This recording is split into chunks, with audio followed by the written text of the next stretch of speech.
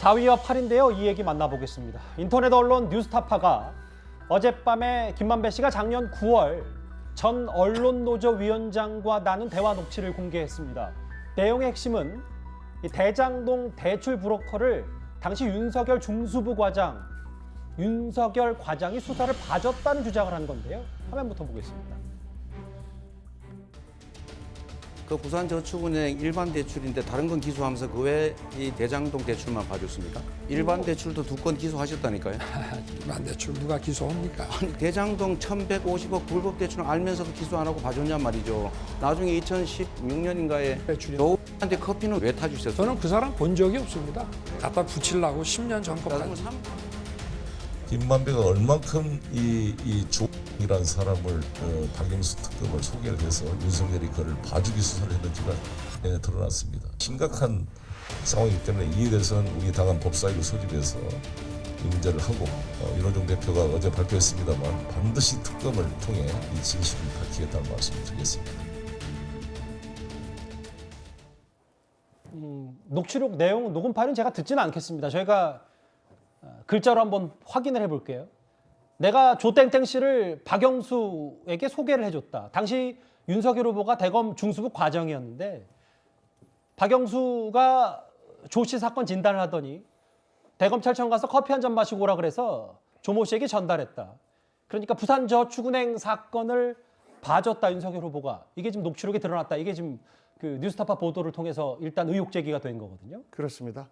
음성 파일이 생생하게 남아있고 물론 전체 과정에서는 좀 줄이는 것들이 좀 있었던 것 같아요. 그래서 오해의 여지가 있는 내용도 있긴 있는데 전체를 다 들어보면 이 부분은 명백하게 그 김만배 씨가 직접 조모 씨의 변호를 위해서 노력을 했고 본인이 법조 출입 기자인데 직접 검사한테 부탁하기가 그러니까 본인이 오랜 기자 생활을 통해서 법조계는 뚫고 있고 검찰의 혈관은 다 알고 있다. 결국은 윤석열 후보의 사수가 박영수 특검이었던 것을 알고 있고 그래서 박영수 당시 변호사를 소개를 해줘서 박영수 변호사가 조우영 씨의 변호를 맡게 되고 그것을 물론 이야기를 했겠죠. 박영수 그 윤석열 후보에게 전달을 해서 윤석열 후보가 그 박모 그 검사에게 조사를 하게 했는데 정말 형식적인 조사만 받고 그리고 사건이 끝났다라는 내용이에요. 그래서 그 부산저축은행 대출이라고 하는 것이 그 부실로 해서 수많은 사람들이 사실 피해를 입고 화병으로 돌아가시고 하는 분들도 계시거든요. 그 중에 한 부분을 이렇게 넘어간 겁니다. 조사를 안 하고. 그리고 그때 마련된 자금이 종잣돈이 되어서 자본금과 투자금을 자꾸 이제 혼동해서 알지만 일부러 그렇게 공격들 하시는데 그때 저 돈이 투자금 종잣돈이 되어서 대장동 사건에서 이 사람들이 이익을 본 것이고 또 한 내용이 있어요. 그 한 내용은 뭐냐면 화천대유가 대장동 전체를 다 일을 하려고 하는데 이재명이 나서서 공공환수 3,700억을 규정해놔서 이것을 한 30명의 법조인들에게 팔려고 했는데 법조인들이 이런 조건이면 내가 안 들어간다. 뭐로 들어가느냐 위험하게 라고 해서 본인들이 타격을 입었다라는 내용까지도 같이 들어가 있어서 인터넷에 오죽하면 이것을 본 많은 국민들이 쏘리 이재명이다. 우리가 오해했다. 이렇게까지 이야기를 하고 있습니다. 일단 오늘 이재명 후보도 대장동의 진실이 밝혀졌다. 유세 현장에서 입장을 밝혔습니다. 한번 들어보겠습니다. 무려 4만 명에 가까운 피해자를 만든 부산저축은행 사건의 진실이 드러나고 있습니다. 당시에 제대로 수사했더라면 피해가 훨씬 줄어들지 않았을까 하는 아쉬움이 있습니다.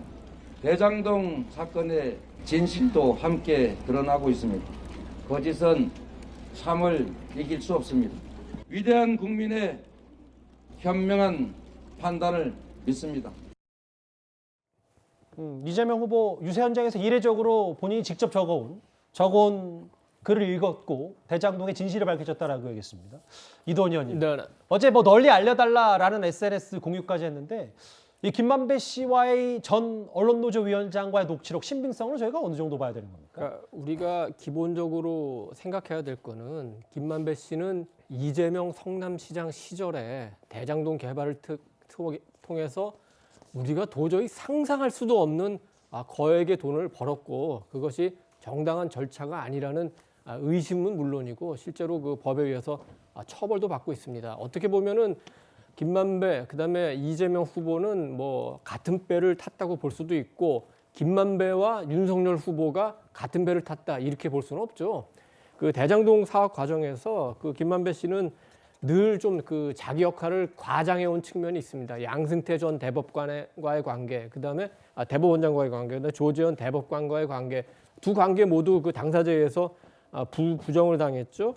그리고 그 김만배 씨가 얘기하는 걸 보면 윤석열 그 후보와의 관계는 대장동 사건에 대해서 만약에 검찰이 수사하게 되면 그것도 검찰총장 시절에 윤석열이 수사하게 되면 큰일 난다 싶은 생각이 있었기 때문에 아마 윤석열 후보를 경계하는 듯한 발언을 많이 한 것 같은데 이번 녹취록과 관련해서는 그 내용보다도 왜 그 시점에 작년 9월 15일 날 그 녹음된 게 선거 사흘 전에 나왔냐 이런 것도 굉장히 한번 생각해 볼 만합니다. 예. 작년 9월이면 이미 대장동 사건이 파다하게 그 보도가 된 상황이고 거기서 뭔가 물타기 하려는 시도도 있을 수 있고 선거 사흘 전에 나온다는 거는 이걸 사실관계를 확인하기도 전에 선거일이 다가온다 이런 측면까지도 우리가 함께 고려를 해야 될 것 같습니다.